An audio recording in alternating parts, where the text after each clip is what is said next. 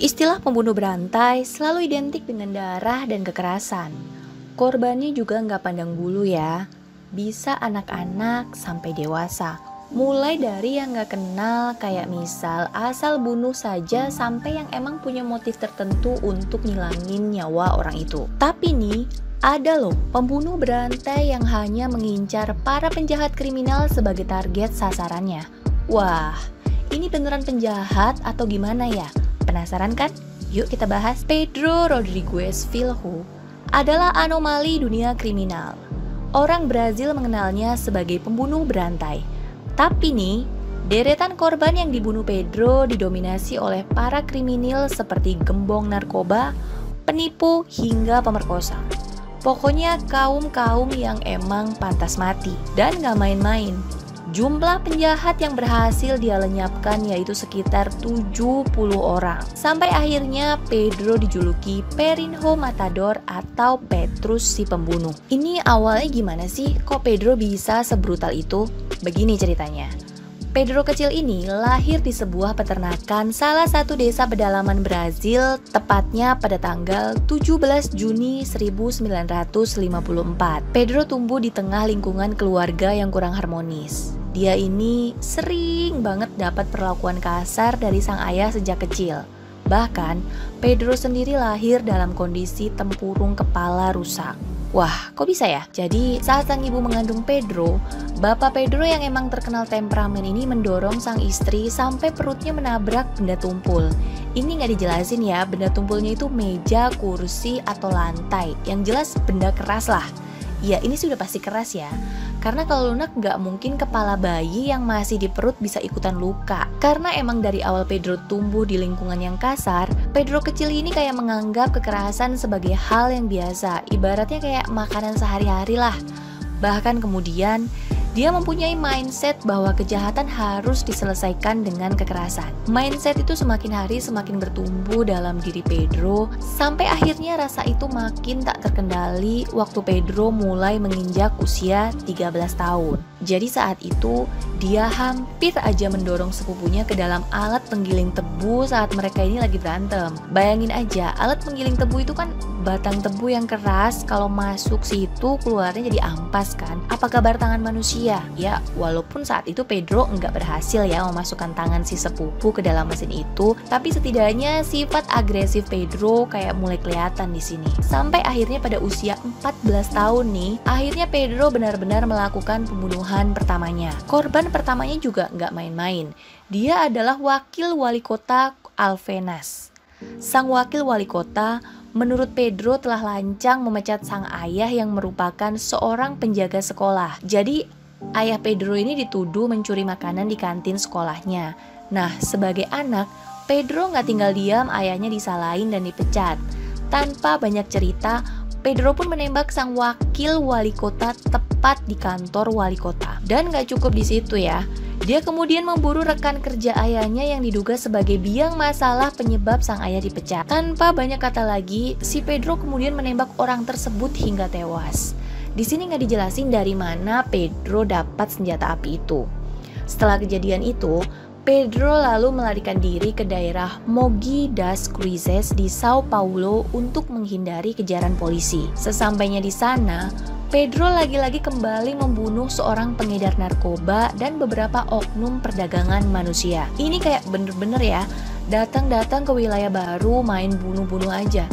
Nah, di Sao Paulo pula, akhirnya si Pedro ini bertemu dengan perempuan bernama Maria Aparecida Olimpia. Mereka ini saling jatuh cinta dan memutuskan untuk hidup bersama. Di sini fase hidup Pedro sedikit tenang ya. Artinya dia kayak hidup biasa aja, nggak yang bikin onar, bunuh sana bunuh sini, pokoknya adem lah.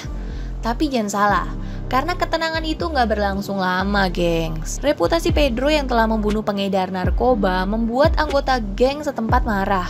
Dan sebagai balas dendam, mereka ini malah membunuh Maria, kekasih Pedro. Kejadian ini semacam membangunkan singa tidur ya, gengs. Karena ternyata kehilangan orang yang dicintainya membuat sisi psikopat Pedro semakin memuncak. Dia mulai memburu satu persatu anggota geng yang telah membunuh kekasihnya. Gak butuh waktu lama buat Pedro untuk memusnahkan mereka ya.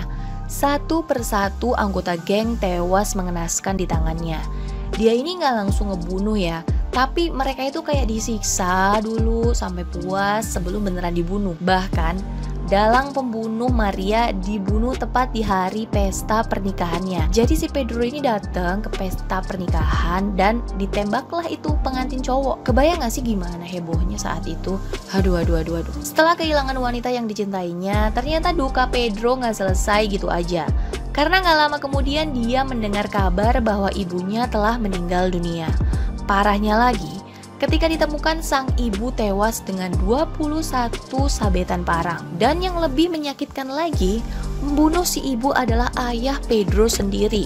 Dan saat itu sang ayah telah ditangkap oleh pihak kepolisian. Ini udahlah ibunya meninggal, sang ayah juga masuk penjara, ya kan?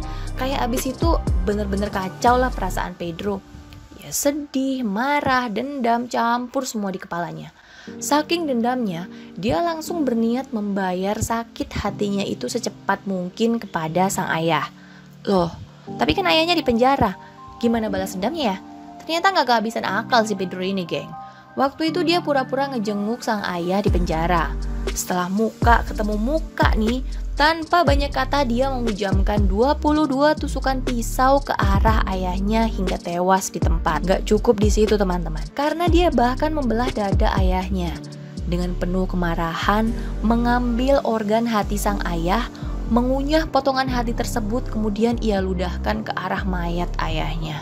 Gila. Pembunuhan sadis inilah yang membuat nama Pedro terkenal seantero Brazil sebagai pembunuh berantai yang kejam. Walaupun sempat melarikan diri, namun Pedro berhasil ditangkap oleh pihak kepolisian pada tanggal 24 Mei 1973. Nah, di sini sebuah kejadian yang cukup mencengangkan terjadi nih teman-teman. Jadi saat dia ditangkap, Pedro ini dimasukkan ke dalam mobil tahanan bersama dengan seorang tersangka pemerkosaan yang kebetulan juga ditangkap hari itu. Jadi mereka berdua berada dalam satu mobil. Meski sama-sama diborgol, bisa-bisanya Pedro ini ngebunuh orang itu loh. Jadi ketika polisi itu buka mobil tahanan, polisi ini kaget banget lantaran mendapati satu tersangka telah mati mengenaskan, sementara tersangka lain yaitu Pedro berlumuran darah. Pada saat diinterogasi, Pedro mengaku membunuh orang tersebut lantaran gak tahan melihat seorang pemerkosa berada di depan matanya. Wah, bukan main ya. Waktu itu, polisi menyangka bahwa penjara dapat membuat sisi psikopat dari Pedro menghilang. Ternyata penjara adalah babak baru bagi pembunuhan-pembunuhan penjahat lain. Ya gimana enggak, si Pedro ini kan paling anti sama penjahat. Lah kalau di penjara kan isinya mayoritas orang jahat ya. Nah di dalam penjara itu akhirnya Pedro membunuh setidaknya 47 narapidana. Tuh kan, narapidana yang menjadi korbannya rata-rata terlibat dalam kasus pembunuhan. Seperti yang dipahami oleh Pedro, mereka adalah orang-orang yang pantas dibunuh. Berdasarkan kesaksian dari salah satu tahanan, Pedro ini kayak nggak mau membaur dengan tahanan lain karena menganggap mereka ini penjahat. Karena hal itulah, akhirnya Pedro memiliki banyak sekali musuh mengingat hampir semua penghuni tahanan ya penjahat, termasuk Pedro sendiri sebenarnya ya. Di dalam penjara inilah Pedro mulai menikmati setiap pembunuhan yang dilakukan. Pedro mulai membunuh tidak hanya untuk bertahan hidup, tetapi juga untuk mendapatkan kenikmatan. Dia mulai membunuh tahanan lain hanya karena masalah sepele, seperti suara dengkuran teman sekamar yang terlalu keras, hingga dibunuh karena dianggap memiliki wajah yang terlalu jelek menurut Pedro. Waduh. Dalam sebuah wawancara, Pedro pun sempat ditanya apa sensasi yang didapat selama membunuh para penjahat. Dengan tenang dan entengnya, Pedro menjawab, membunuh penjahat tak ubahnya merupakan kegembiraan yang memancing adrenalin. Dia pun menegaskan metode favoritnya dalam membunuh adalah dengan cara menusukkan pisau. Kacau. Atas kasusnya, Pedro ini dijatuhi hukuman selama 128 tahun. Tapi karena saking rajinnya nih dia ngebunuh sesama tahanan, akhirnya dia mendapatkan hukuman tambahan hingga 400 tahun penjara. Nah lo berapa generasi deh tuh. Tapi pada waktu itu hukum Brazil menetapkan penjara maksimal hanya 30 tahun. Si Pedro juga harusnya cuma dihukum 30 tahun saja.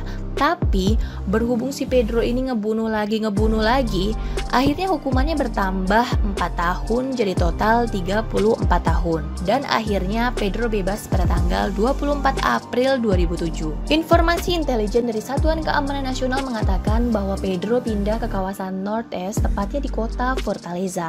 Namun 4 tahun kemudian media lokal mengabarkan bahwa Pedro kembali ditangkap di rumahnya dan harus ditahan selama 8 tahun atas tuduhan terlibat dalam aksi kerusuhan dan perampasan kemerdekaan seseorang. Sebenarnya kejahatan ini adalah kejahatan lama yang dia lakukan saat berada di rutan Sao Paulo. Nah, pada tahun 2018, Pedro akhirnya dibebaskan setelah menjalani sebagian besar masa tahanannya.